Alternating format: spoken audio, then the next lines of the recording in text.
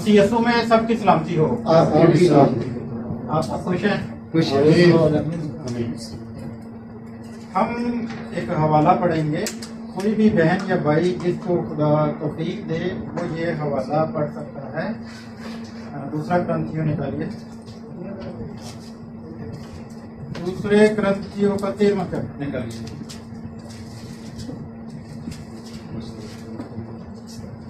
दूसरा ग्रंथियों 13वां चैप्टर उसकी 11वीं आयत। गर्ज ए भाइयों, खुश रहो, कामिल बनो, खातिर जमा रखो, यक दिल रहो, मेल मिलाप रखो, तो खुदा मोहब्बत और मेल मिलाप का चश्मा तुम्हारे साथ होगा। आमीन आमीन। खुदा कैसे साथ होगा हमारे? जब हम आपस में मेल मिलाप रखेंगे। Hallelujah hallelujah. तो मेल मिलाप अजीजों बहुत जरूरी है, रफाकत बहुत जरूरी है। अगर हमने खुदा को खुश करना है तो अगर खुदा हमारे साथ रह सकता है तो वो रफाकत के जरिए से रह सकता है। Hallelujah hallelujah. तो आज का हमारा जो मौजू है वो भी बाहमी रफाकत कह लें या सिर्फ रफाकत कह लें या फेलोशिप कह लें, कोई भी लफ्ज आप इसके लिए इस्तेमाल कर सकते हैं। तो रफाकत आज का हमारा मौजू है। अजी तो जब हम देखते हैं कि खुदा ने जब कायनात को बनाया और कायनात की सारी चीजें खुदा ने बनाई तो खुदा को बहुत अच्छा लगा, खुदा खुश हुआ। खुदा ने कहा, जब खुदा ने आसमान और जमीन बनाया तो कहा ये अच्छा है, ये बहुत अच्छा है। इसी तरह जब तमाम जानदार बनाए तो कहा ये भी अच्छा है, बहुत अच्छा है। खुदाओं को बनाया, सब कुछ बनाया 6 दिनों में। और आखिरकार जब आदम को पैदा किया तो खुदा ने कहा इसका अकेला रहना अच्छा नहीं। तो आदम की रफाकत के लिए खुदा ने हवा को बनाया और उसी में से खुदा ने तख्लीक किया। और जब हम आगे देखते हैं, आदम और हवा की रफाकत आपस में तो थी, लेकिन आपस की रफाकत के साथ साथ उनकी रफाकत खुदा के साथ भी थी, जो कि उनके साथ तीसरे पहर में खुदा से वो बातें करते थे। खुदा उनके पास आता था, मौजूद होता था और खुदा उनके साथ रफाकत रखता था। हालेलुया। लेकिन जब हम देखते हैं इसी रफाकत को तो ये एक वक्त ऐसा आया कि ये रफाकत जो थी वो टूट गई। और क्यों टूटी वो सारी कहानी आपको पता है। उन्होंने खुदा की रफाकत को नाचीज जाना और शैतान की रफाकत को उन्होंने अच्छा समझा। तो इसके बदले खुदा ने उनको सजाएं भी दी, शैतान को भी सजा दी, सांप को भी सजा दी, इंसान को, आदम को भी सजा दी और औरत को भी सजा दी, क्योंकि उन्होंने रफाकत खुदा के साथ से तोड़ दी थी और ये रफाकत जो थी उन्होंने बदल दी थी, बाहमी रफाकत। तो अजीजों, हम खुश रहने के लिए बहुत सारी चीजें दुनिया में करते हैं, सोचते हैं कि हम कैसे खुश रह सकते हैं। हमने एक प्लान किया होता है अपनी जिंदगी में। कुछ लोग दौलत के जरिए खुश रहना चाहते हैं और समझते हैं कि अगर हमारे पास दौलत आ जाएगी तो हमें किसी रफाकत की जरूरत नहीं है, बस दौलत ही हमारे लिए काफी है। चाहे खुदा की रफाकत हमारे साथ हो या ना हो, दौलत हमारे पास होनी चाहिए। अजी तो ये दौलत की हवस जो है वो इस कदर बढ़ जाती है कि अगर उसके पास 1 करोड़ है तो वो चाहता है कि मेरे पास डबल हो जाएगा। यानी जितनी भी दौलत आती जाती है वो हवस खत्म नहीं होती है। जबकि हम दूसरी तरफ देखें तो हमारी रफाकत दौलत की तरफ बढ़ जाती है और खुदा की तरफ से कम हो जाती है। ये बिल्कुल वैसे ही है जैसे एक पेंडुलम जो है ना, घड़ी देखी होगी, घड़ू के नीचे जो एक वो झूल रहा होता है उसको पेंडुलम कहते हैं। ठीक है, आपने मैट्रिक की फिजिक्स की किताब में भी ये पढ़ा होगा पेंडुलम के बारे में। ठीक है जी। तो वो मैग्नेटिक फोर्स के ऊपर कभी इधर और कभी इधर जा रहा होता है। तो अगर एक तरफ दौलत है, एक तरफ दौलत है और एक तरफ खुदा है, तो हम दौलत की तरफ हमारा पेंडुलम जो है वो ज्यादातर खिंचता है, बजाय इसके कि हम खुदा की तरफ चलें। तो अजीजों, जब हम खुदा की तरफ, खुदा के साथ जब हम रफाकत रखते हैं तो खुदा हमें बरकतें देता है। एक मिसाल देना चाहता हूं। एक बादशाह था और एक वजीर था। ये दौलत की मिसाल में देना चाहता हूं।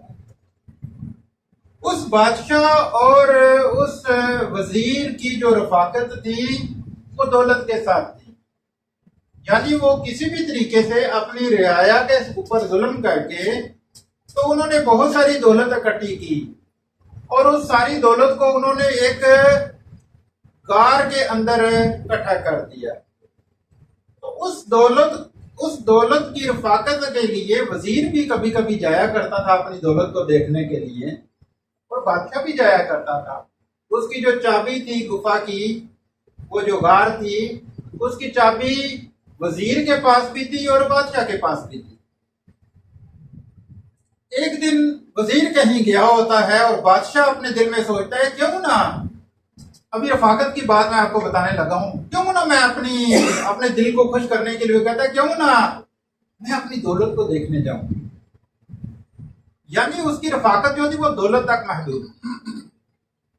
तो वो उस गार के अंदर जाता है बादशाह, तो अपनी दौलत को देख के बहुत खुश होता है कि मेरे पास बहुत ही मालो दौलत है, बहुत बड़ी दौलत है मेरे पास, मैं दुनिया का अमीर तरीन आदमी हूं। वजीर भी दूसरी तरफ से आ रहा होता है, वो देखता है कि ओए, कल मैं गार में आया था तो हो सकता है मैं दरवाजा बंद करना भूल गया हूं। तो वो जल्दी से बाहर से लॉक लगा देता है उसको कि किसी को पता ना चल जाए इस गार का। उसे नहीं पता होता कि बादशाह अंदर है। अजीजों, एक दिन गुजर जाता है, वो अपने दिल को बहलाने के लिए दौलत को उठाता है कि मैं दुनिया का अमीर तरीन आदमी हूं। लेकिन आखिरकार उसे प्यास लगती है, उसे भूख लगती है, तो वो दौलत को कहता है कि मुझे पानी दो, मुझे रोटी दो। लेकिन वो दौलत जो है उसको ना तो रोटी दे सकती है ना पानी दे सकती है। इसी तरह दूसरा दिन गुजर जाता है, तीसरा दिन गुजर जाता है, आखिरकार वो वक्त भी आ जाता है जब उसके मरने का वक्त आ जाता है। वो बहुत दरवाजा पीटता है कि कोई दरवाजा खोले, लेकिन उसका पता सिर्फ वजीर को होता है और बादशाह को होता है, उसका होता है।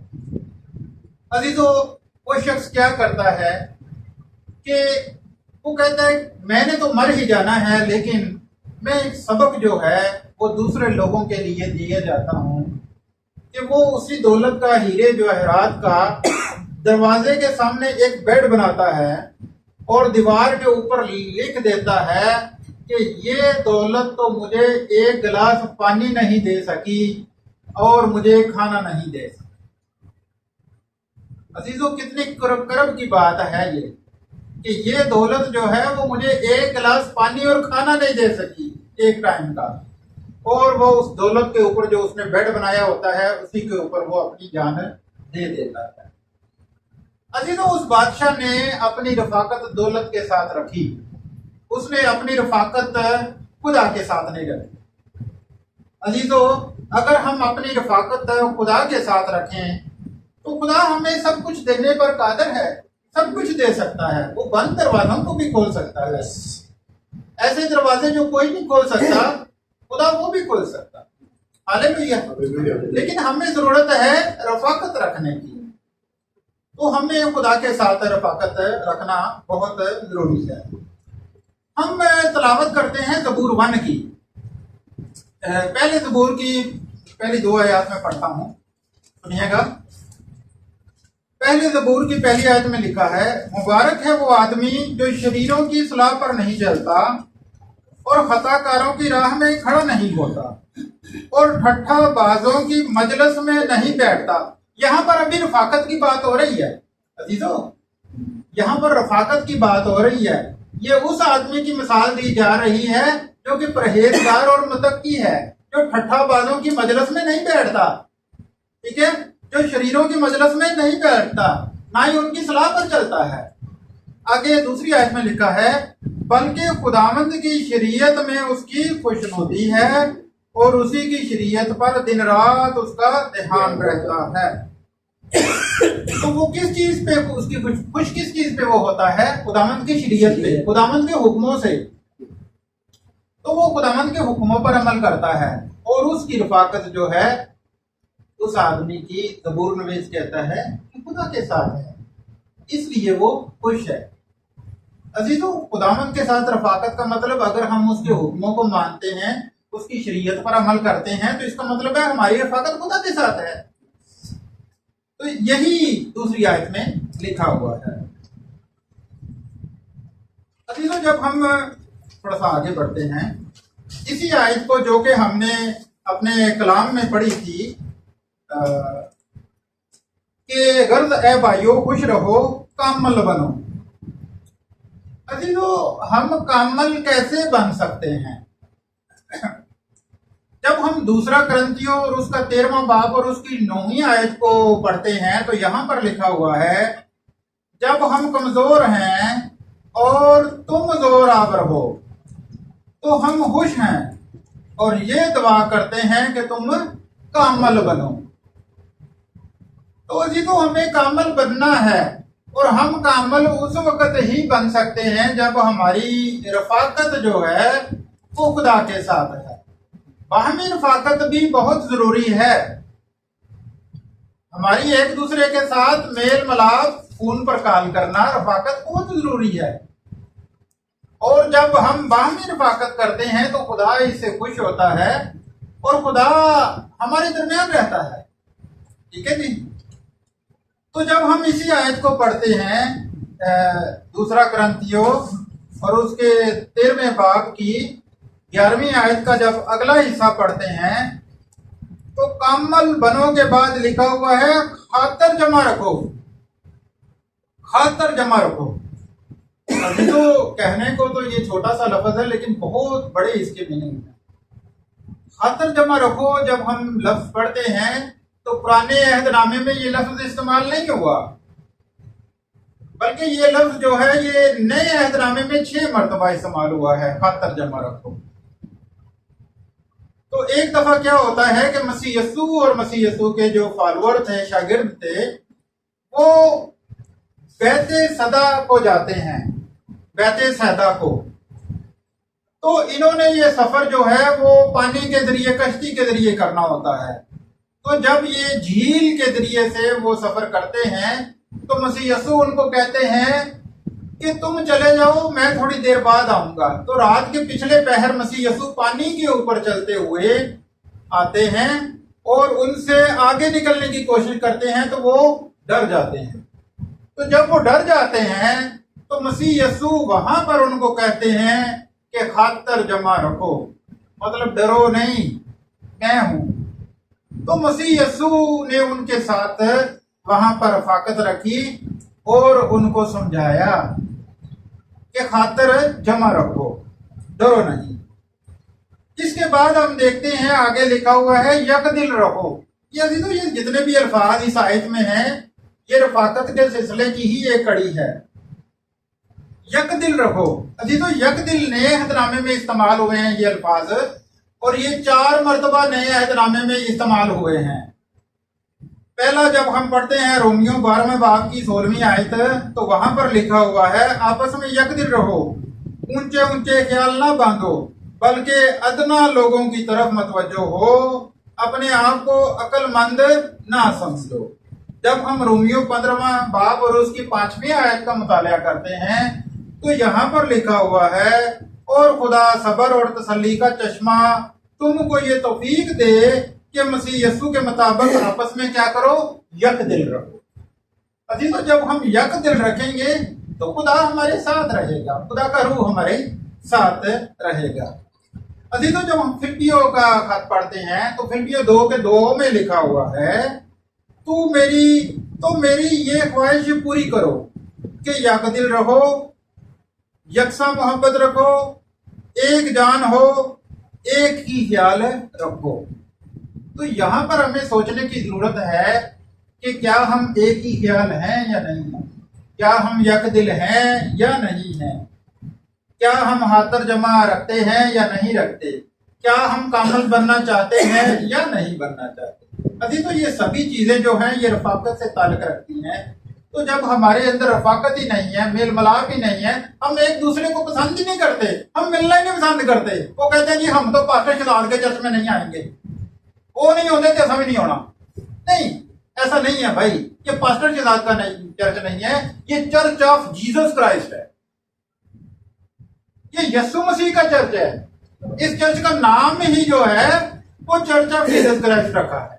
ये पास्टर शहजाद का चर्च, हमारे उधर ना बचपन में हमारे उधर एक चर्च था, प्रेस्बिटेरियन चर्च सराय आलमगीर में, क्योंकि उस चर्च को बनाया था एल्डर रशीद ने, तो सभी लोग जो थे वो उसको प्रेस्बिटेरियन चर्च नहीं थे कहते, बल्कि कहते थे एल्डर रशीद चर्च चले हैं।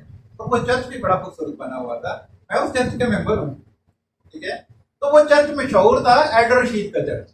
तो ये चर्च जो है अजीजों, ये जो कलीसिया है, चर्च का मतलब कलीसिया होता है, ठीक है।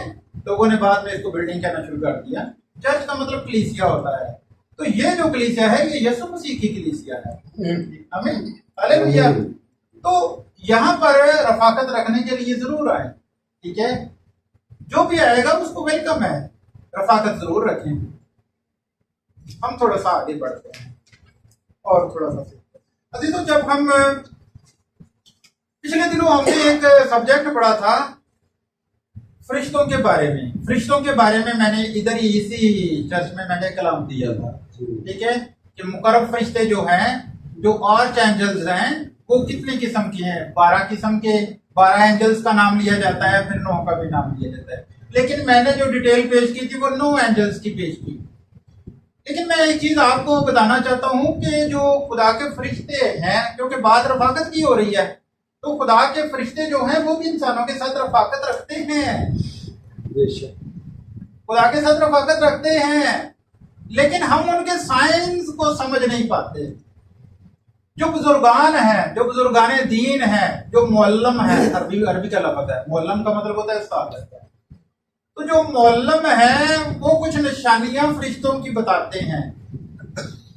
वो कहते हैं कि फरिश्ते हमारे साथ होते हैं लेकिन हमें पता नहीं चलता, लेकिन वो कुछ साइंस बताते हैं, कुछ निशानियां बताते हैं, और कहते हैं कि अगर हमें फीदर्स, यानी अगर आपके घर में पर आपको नजर आए बिखरे हुए, तो ये एक निशानी है कि फरिश्ते यहां पर थे, पर फीदर्स। इसी तरह हम देखते हैं, वो ये भी एक निशानी बताते हैं कि अगर आपको कोई सिक्का मिलता है या सिक्के मिलते हैं गुम हुए, ठीक है, तो ये भी इस बात की निशानी है कि फरिश्ते हमारे साथ रफाकत रखते हैं। इसके अलावा स्पिरिचुअल चिल का मतलब होता है रूहानी ठंडक। जब हम रूहानी ठंडक अपने आप में महसूस करते हैं तो इसका मतलब है खुदा की रूह, खुदा के फरिश्ते हमारे साथ हैं। इसी तरह एक और साइन बताया जाता है कि रिंगिंग इन योर ईयर्स, यानी हमारे कानों में घंटियां सी महसूस होती हैं, तो ये भी एक साइन है फरिश्तों की हजूरी का। ये फरिश्ते हमारे साथ रफाकत रखते हैं, और ये मैं नहीं बातें कर रहा बल्कि मुअल्लम लोग कहते हैं, जो लोग महसूस करते हैं। इसी तरह वार्मथ अपने जिस्म में महसूस करना, कि गरमाइश महसूस करना। तो अगर हम रूहानी गरमाइश अगर अपने जिस्म में महसूस करते हैं तो खुदा का रूह हमारे साथ हो जाता है। इसी तरह एक और निशानी बताई जाती है कि हमारे स्टमक में कुछ ऐसी हरकत होती है जिसकी वजह से, जैसे कि तितलियां, हम महसूस करते हैं कि हमारे स्टमक में जैसे तितलियां जो है वो जुड़ रही हैं। तो ये भी एक निशानी जो है मुअल्लम बताते हैं कि फरिश्तों की हजूरी का कहा जाता है कि ये भी एक निशानी है, ठीक है जी। तो इसी तरह म्यूजिक की आवाज, ये भी एक साइन बताया जाता है कि हल्का सा मीठा सा म्यूजिक, वो डेक वाला म्यूजिक की नहीं मैं बात कर रहा, ठीक है, मैं दूसरे म्यूजिक की बात कर रहा हूँ। ये भी खुदावन की हुजूरी को महसूस करने की बात को मैं बयान कर रहा हूँ कि यहाँ पर भी खुदा के फरिश्ते मौजूद हो सकते हैं। इसी तरह जो गार्डियन एंजल्स होते हैं, जैसे कि हमें एक स्मेल आती है, स्वीट स्मेल जिसको कहते हैं, ठीक है जी, खूबसूरत खुशबू। तो जब खूबसूरत खुशबू आती है तो यहाँ भी हमें कहा जाता है कि जो गार्डियन एंजल्स हैं, जो रखवाले फरिश्ते हैं, वो हमारे कहीं इर्द गिर्द हैं, नजदीक हैं, तो वो हमारे साथ उनकी रफाकत है, लेकिन हमें पता नहीं चलता, क्योंकि मौजू हमारा जो है वो रफाकत के बारे में है। तो ये चंद चीजें मैं आपको बता रहा था। इसी तरह एक और चीज फरिश्तों की उसको सेंस करने के लिए होता है कि अगर आप महसूस करते हैं कि मैं अकेला हूं, और अकेला हूं भी नहीं, अकेला तो हूं लेकिन दरअसल अकेला नहीं, कोई हस्ती मेरे साथ है, तो यहां पर भी एक साइन बताया जाता है कि ये भी फरिश्तों की हजूरी का वक्त होता है, फरिश्ते हमारे साथ रफाकत रखते हैं। इसी तरह चमकदार रोशनियां अगर आपको नजर आती हैं आपके रूहानी उसमें, तो ये भी एक साइन होता है फरिश्तों की साथ रफाकत का। तो ये हमारा एक मौजू था आज का रफाकत के बारे में। तो खुदा के फरिश्ते जो हैं वो भी रफाकत रखते हैं, लेकिन खुदा का कलाम जो है वो हमें बताता है कि हमें एक दूसरे के साथ भी मेल मिलाप रखना है। अगर खुदा के फरिश्ते हमारे साथ मेल मिलाप रख सकते हैं तो हम एक दूसरे के साथ क्यों नहीं रख सकते। मसीह यीशु के दौर में जब मसीह यीशु को सलीब दे दिया गया, मसीह यीशु आसमान पर चले गए, तो उसके बाद कलीसिया क्या करती थी, अपना सारा मालो असबाब बेचकर शागिर्दों के पास ले आते थे, ठीक है जी। तो स्तिफनस आपको पता है वो अकाउंटेंट था, ठीक है जी, पहले तो वो दूसरा था यहूदा इस्करियोती, तो बाद में स्तिफनस। तो हम ये चीज देखते हैं कि वो सारे का सारा मालो मता जो होता था बेचकर शागिर्दों के पास रखते थे, क्योंकि उनके बीच में रफाकत थी, रफाकत मौजूद थी। मैं कतर में था, कतर में मैंने 4 साल खिदमत की है। आज से 10 साल पहले की मैं बात कर रहा हूँ, तकरीबन 11 साल पहले, ठीक है। वो बहुत बड़ा चर्च था, वहां पर जो लोग आते थे वो कम से कम कोई 250 से 300 लोग आते थे।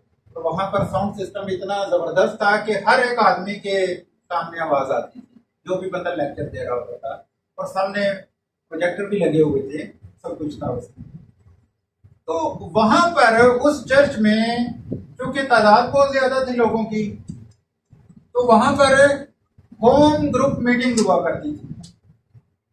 अजीजों, होम ग्रुप मीटिंग कहते हैं घरेलू संगति हिंदी जुबान में।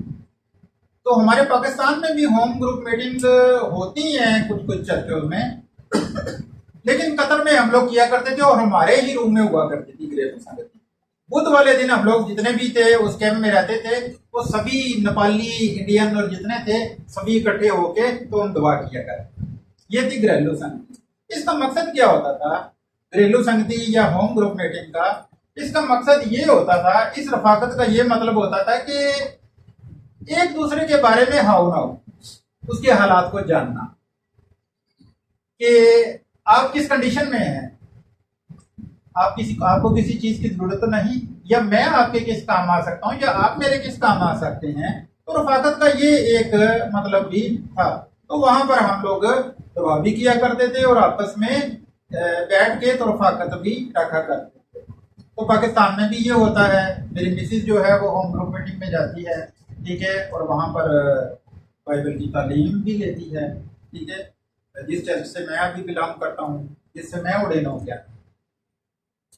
इसी तरह जब हम बाइबल को पढ़ते हैं तो जैसे मैंने पहले बयान किया है कि आदम और हवा की रफाकत जो थी वो खुदा से हट गई। उन्होंने आदम और हवा ने खुदा की रफाकत को नाचीज जाना।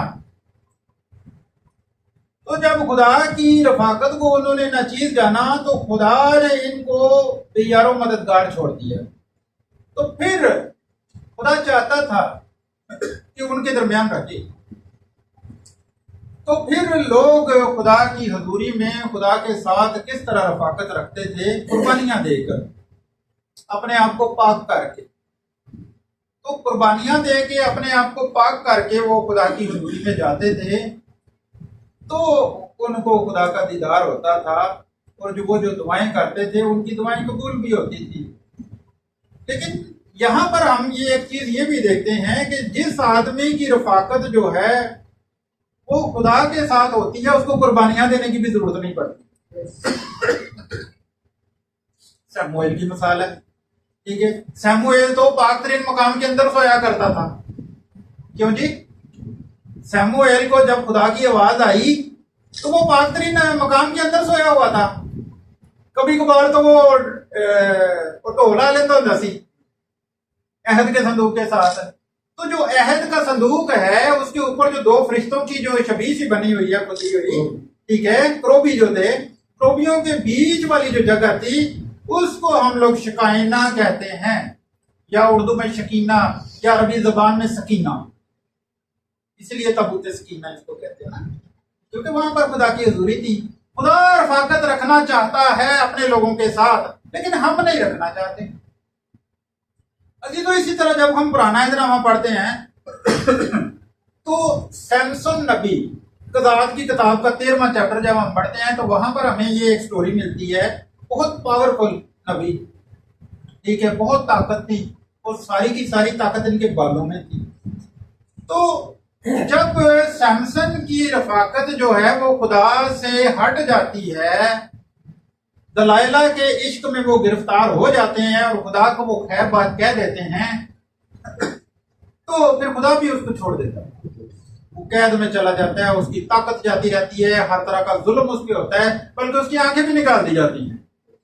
लेकिन जब उसकी रफाकत खुदा के साथ बहाल होती है सैमसन की, तो फिर उसको वही शहजोरी और ताकत दोबारा मिलती है। तो अजीजों, ताकत का सरचश्मा खुदा है। अगर हम रफाकत खुदा के साथ रखेंगे तो खुदा हमें दलेरी देगा, कुव्वत देगा और हर किस्म की मुश्किल से निकालने की हमें कुव्वत रखता है। हम सदरक, मिसक और बहुत सारे हवाले हैं, जब हम बाइबल को पढ़ते हैं तो बहुत सारे हैं, बहुत सारी मिसालें हैं। तो उन्हीं में से एक है सदरक, मिसक और अबदनजू की। दानियल के 3 चैप्टर में यह वाकया मौजूद है, सब लोग पढ़ लीजिएगा। तो सदरक, मिसक और अबदनजू को जब हम देखते हैं कि जब वो बादशाह की मूरत बनाई जाती है और सभी लोगों को कहा जाता है कि इसको सजदा करें, तो सदरक, मिसक और अबदनजू आपस को उसको सजदा नहीं करते, क्योंकि सदरक, मिसक और अबदनजू की रफाकत जो थी वो खुदा के साथ थी। वो उस मूरत को सजदा नहीं करना चाहते थे। इसी तरह हम देखते हैं कि जब जितने भी जादूगर और जितने भी नजूमी होते हैं, उनको जब वो ख्वाब के जरिए से जब वो उनकी ताबीर नहीं बता सकते तो बादशाह हुक्म देते हैं कि सबको कत्ल कर दो। तो दानियल, सदरक, मिसक और अबदनजू चारों मिलकर दुआ करते हैं। तो खुदा वो जो रोइया होता है वो दानियल को बता देता है और वो बादशाह के हुजूर में बता देता है। तो ये चीज है कि सदरक, मिसक और अबदनजू की जो रफाकत थी वो खुदा के साथ थी। पानी थोड़ा सा दे दीजिए। तो जब उनकी रफाकत खुदा के साथ थी, तो जब उनको जलती भट्टी में डाला जाता है तो खुदा उनको वहां से भी बचा लेता है। अजीजों, ये है रफाकत की बात मैं बता रहा हूं कि रफाकत इसको कहते हैं कि अगर हमारी रफाकत जो है वो खुदा के साथ मजबूत है तो खुदा हमें जलती भट्टी के अंदर से भी बचाने की कुदरत रखता है। हालेलुया। खुदावंद यीशु मसीह के नाम से आप क्लैप कर सकते। हालेलुया।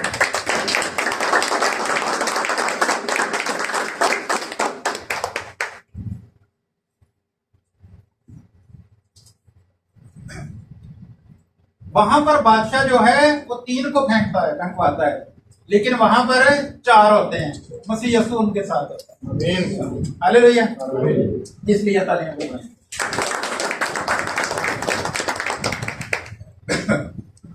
तो अजीजों, जब हम इसी तरह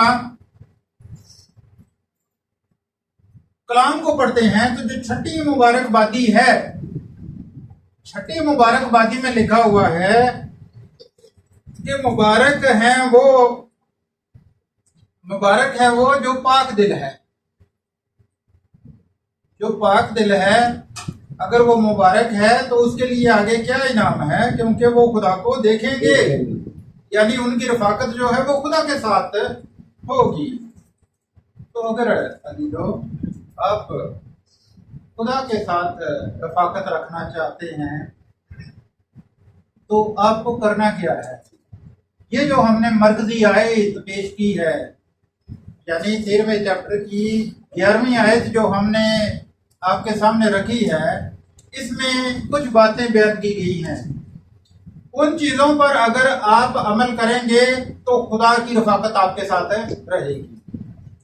और वो चीजें दोबारा से बयान कर देता हूं। पहली बात क्या है भाइयों, खुश रहो। हमें खुश रहना है। भैड़ा जे मुंह बना के चर्च में नहीं आना, खुश रहना है। तो अजीजों, खुश हम उसी वक्त रह सकते हैं जब मसीह यस्सु के साथ हमारी रफाकत होगी। इसके बाद कामल बनो, खातर जमा रखो, यक दिल रहो, आपस में मेल मिलाप रखो। ठीक है जी, मेल मिलाप रखो। तो खुदा मोहब्बत और मेल मिलाप का चश्मा है और तुम्हारे साथ होगा। अगर अजीजों ये सारी चीजें हम करते हैं तो हमारी रफाकत जो है वो खुदा के साथ हो सकती है, अदरवाइज हमारा मेल मिलाप खुदा के साथ नहीं हो सकता। हालेलुया। अजीजों, ये वो कुंजी है, ये वो चीज बयान की गई है जो कि हमें फॉलो करनी है। अगर हम खुदा के साथ मेल मिलाप रखना चाहते हैं, खुदा की रफाकत में रहना चाहते हैं। खुदा की रफाकत के साथ साथ जो पहले जितनी भी चीजें बयान की गई हैं वो हमारी रफाकत के बारे में बयान की गई हैं कि हमें यकदिल रहना है। अजीजों, हम यकदिल उस वक्त रहेंगे जब हमारी बाहमी रफाकत होगी। वो असी कहने कि वो सानू चर्च में बुलाते नहीं तो असी क्यों जाइए? भाई नहीं बुलाते, आपने उसके चर्च में थोड़ी जाना है, आपने तो जीसस क्राइस्ट के चर्च में जाना है। ठीक है, हमें भी इस चर्च में किसी ने नहीं था बुलाया, असी धक्के ना लिया आगे, क्योंकि एक तड़प थी कि हमने रफाकत रखनी है। आप सबके साथ रफाकत रखें, किसी के साथ भी नाराज ना हो। कभी ना कभी जरूर रफाकत रखा करें, ये जरूरी है, ये खुदा को पसंद है। तो आज देखो, ये छोटा सा जो पैगाम था वो बयान करने का मकसद हमारा ये था कि हम अपनी जिंदगियों पर गौर करें कि हम किस तरफ चल रहे हैं। हमारा रास्ता जो है, क्या वो हमारा रास्ता मसीह यीशु के पास हमें लेके जा सकता है? नहीं। जिस रास्ते पर हम चल पड़े हैं, हमें उस रास्ते को चेंज करने की जरूरत है और अपनी जिंदगियों पर गौर करने की जरूरत है कि क्या हम आपस में मेल मिलाप रखते हैं, क्या हम यक दिल हैं या नहीं हैं, क्या हम खुदा को अपना दोस्त बनाना चाहते हैं या नहीं है। तो अजीजों, इन सभी चीजों के बारे में आपको सोचने की जरूरत है और अपनी जिंदगियों पर गौर करने की जरूरत है। तो अजीजों, आज वक्त है कि हम इन चीजों पर गौर कर सकते हैं। अगर हम गलतियां कोताहियां सबसे होती हैं, अगर हमारी जिंदगी में इस चीज की कमी है तो आज आप तहैया कर लें और वादा कर लें कि इस चीज को हमने पूरा करना है, बाहमी रफाकत रखनी है। तो अजीजों, जब हम बाहमी रफाकत रखेंगे तो हमारा खुदा हमसे खुश होगा। हालेलुया। आज के कलाम के वसीला से खुदा आपको बरकत।